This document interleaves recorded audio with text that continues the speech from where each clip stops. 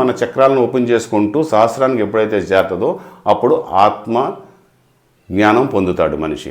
So ఆ శక్తి అన్నది రావాలి, అసలు తినకుండా ఆపేయడం కాదు. సో అన్నది రావాలి. అందుకే ఎగ్జాంపుల్ చెప్పాను కదా, యూఎస్లో అమెరికాలోని 30 మంది మీద ఒక ప్రయోగం చేశారని చెప్పాను కదా ఇంతకుముందు నేను.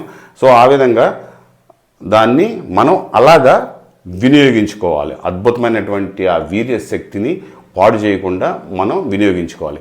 ఇప్పుడు నేను మెయిన్ పాయింట్లోకి వస్తాను. నేను అయితే